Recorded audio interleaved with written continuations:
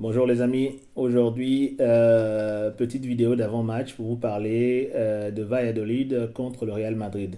Match qui a lieu aujourd'hui le 25 janvier 2025 à 21 h. Voilà, donc c'est chez eux à Valladolid, donc c'est le premier contre le dernier. Alors, c'est un match qu'il faudra prendre avec sérieux et maîtrise, parce qu'on peut se dire que c'est le dernier et que ça va être un jeu d'enfant. Mais comme je le dis souvent, il n'y a pas de petite équipe.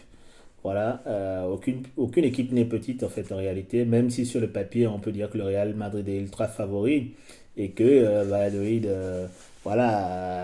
sert de faire valoir, mais on n'est pas à l'abri d'un faux pas. Comme je vous l'ai dit dans ma précédente vidéo, il faudra que ce soit un sans faute jusqu'à la fin de la saison, jusqu'à la 38e journée pour gagner ce championnat. Ce ne sera pas facile parce que toutes les équipes veulent jouer le Real Madrid et toutes les équipes qui jouent le Real Madrid veulent battre le Real Madrid. Voilà, c'est l'équipe à abattre. Même quand on n'est pas premier du championnat, tout le monde veut nous battre. Pourquoi? Parce que c'est le champion d'Europe.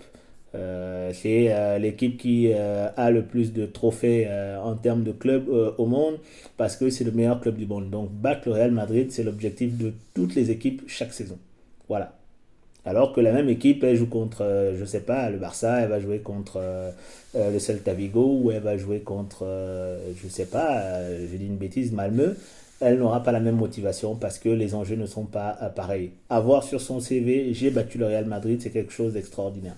Donc, ceci étant dit, il faut que nous soyons sérieux. Voilà, donc Valladolid, j'ai regardé un peu, ils sont sur une bonne lancée quand même. Ils ont, sur les 5 derniers matchs, je crois qu'ils ont un match nul, deux défaites et deux victoires. Et en comparaison avec le Barça, c'est mieux que le Barça parce que le Barça, sur les 5 derniers matchs, toutes compétitions confondues, ils sont sur un bilan moins favorable que Valladolid. Donc voilà, donc faut pas les négliger, il faut les prendre au sérieux. On a Vinicius qui est suspendu, je ne sais plus pour combien de matchs encore, mais on a de quoi faire en attaque. Donc voilà, Carlo Ancelotti devra mettre la meilleure attaque possible. Et à mon avis, la meilleure attaque possible, c'est toujours sur le format 4-2-3-1 ou 4-4-2, comme il veut, mais il faut qu'il y ait en attaque Mbappé, Brahim et Rodrigo. Voilà, avec Bellingham toujours dans un poste de numéro 10 en soutien. Et puis après, pour le reste, il fait un peu comme il le sent. Mais je pense que déjà, si on a cette attaque-là avec Bellingham en 10 et que derrière, on a un Valverde, pourquoi pas, Ceballos qui devient incontournable actuellement, c'est déjà très bien en fait. C'est déjà très bien pour... voilà, c'est une bonne base pour pouvoir affronter l'adversaire du jour. Donc, sur le papier, encore une fois, c'est pas un déplacement compliqué. Mais il ne faudra pas non plus que nous-mêmes nous compliquions la tâche.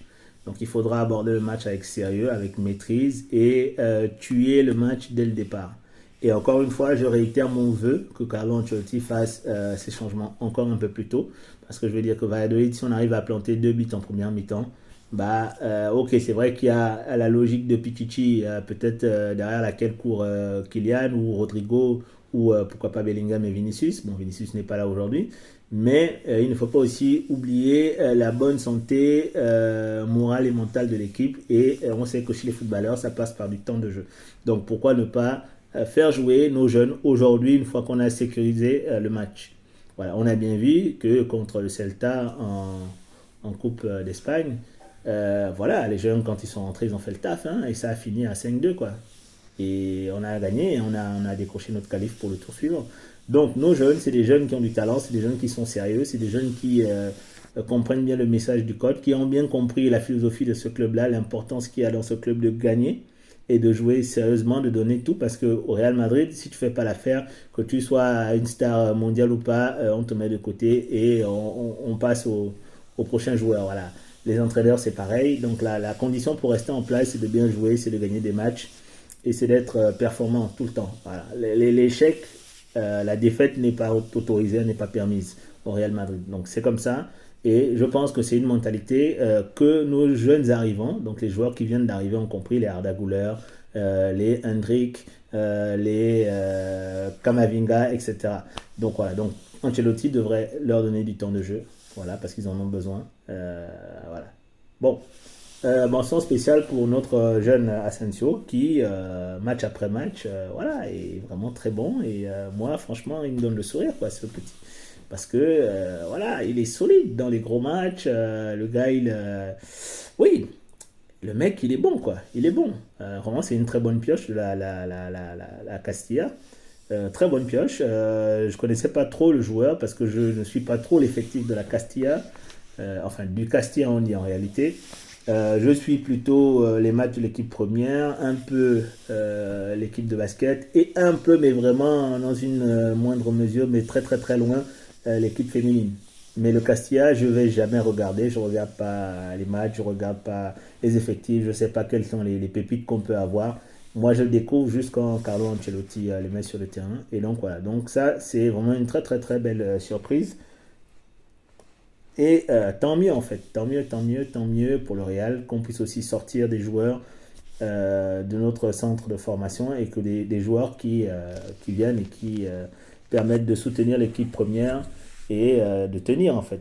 Voilà, parce qu'on a besoin aussi, si on peut faire des économies en recrutant directement dans le vivier plutôt que d'acheter des joueurs, c'est aussi très bien. Voilà, ça valorise le travail effectué par le centre de formation, par l'entraîneur actuel, et c'est une bonne chose. Voilà.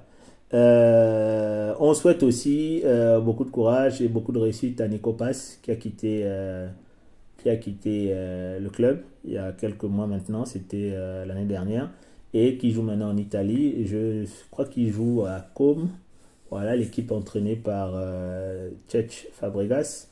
Et c'est une bonne chose en fait. Chet Fabregas n'en dit que du bien. Voilà, il dit que le joueur est très bon et qu'il espère que le joueur restera longtemps dans son effectif. Bon, on verra ce que ça va donner hein, avec Cesc Fabregas ou Cech, je ne sais pas comment vous voulez prononcer Cesc, ça doit être Cesc Fabregas.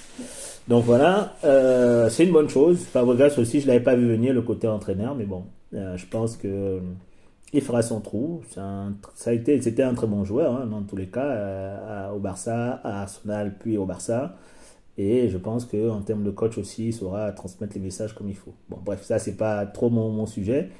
Voilà, moi, je suis plutôt regardant sur ce qu'avait fait Zidane quand il était au Castilla, sur ce qu'avait fait, comment il s'appelle, notre ami Raoul. Voilà, je pensais même qu'à un moment, Raoul allait reprendre l'équipe première. Bon, aujourd'hui, je regarde un peu ce que fait Xabi Alonso. Voilà, hein, c'est des joueurs qui ont su passer de joueur à coach avec une certaine réussite, notamment pour Zidane et Xabi Alonso. Donc c'est très bien, tant mieux pour eux. Et puis voilà, si jamais un jour ils sont amenés, bon, pas Zidane, mais au moins Xabi Alonso ou Raoul à reprendre les rênes du Real Madrid, pourquoi pas, je dirais pas non. De toute façon, Raoul a fait aussi pas mal de choses intéressantes avec le Castilla quand il était en position, en poste. Et puis, Xabi Alonso, on voit tout ce qu'il fait avec Leverkusen actuellement. C'est un travail de titan, quoi. Voilà. Bon, on surveille. Mais dans tous les cas, aujourd'hui, c'est Mister Carlo Ancelotti qui est en place et c'est le coach qu'il faut à la place qu'il faut. Et c'est une très bonne chose. Voilà. Euh, il a évacué les rumeurs de départ à la fin de la saison. Voilà, je ne sais pas d'où c'est sorti. Je ne sais pas pourquoi les gens s'amusent à parler de telles choses, à inventer de telles histoires en fait, parce que je ne sais pas, peut-être pour vendre du papier. Mais bon, je trouve que c'est pas intellectuellement honnête de faire ça. Bon, voilà. Donc, dans tous les cas, match à 21h, diffusé par Bein Sport. Voilà, moi je vais suivre le match. Et puis je vais voir si je fais un petit débrief de ce match-là par rapport à la performance que les joueurs auront livré. Voilà, bonne, pas bonne, peu importe, je ferai peut-être un débrief. Je ne vais pas forcément faire un débrief à chaque fois, je vais essayer.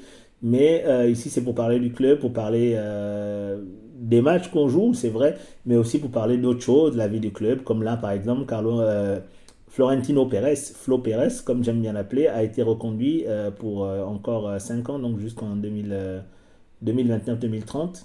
Voilà, je trouve que c'est une très bonne chose. C'est un coach, c'est un président qui a beaucoup fait pour le club et qui a beaucoup apporté au club par rapport à ses recrutements, par rapport à la vision qu'il avait. On connaît tous hein, les Galactiques.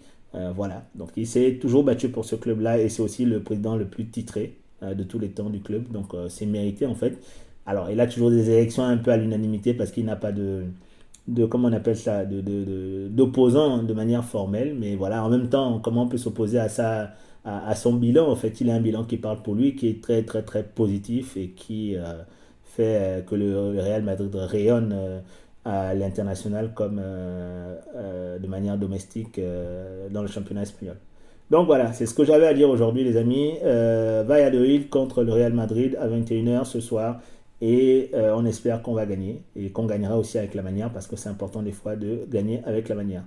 Merci d'avoir suivi cette vidéo. C'est votre serviteur Nano Andro sur Real Madrid Galactique. À bientôt.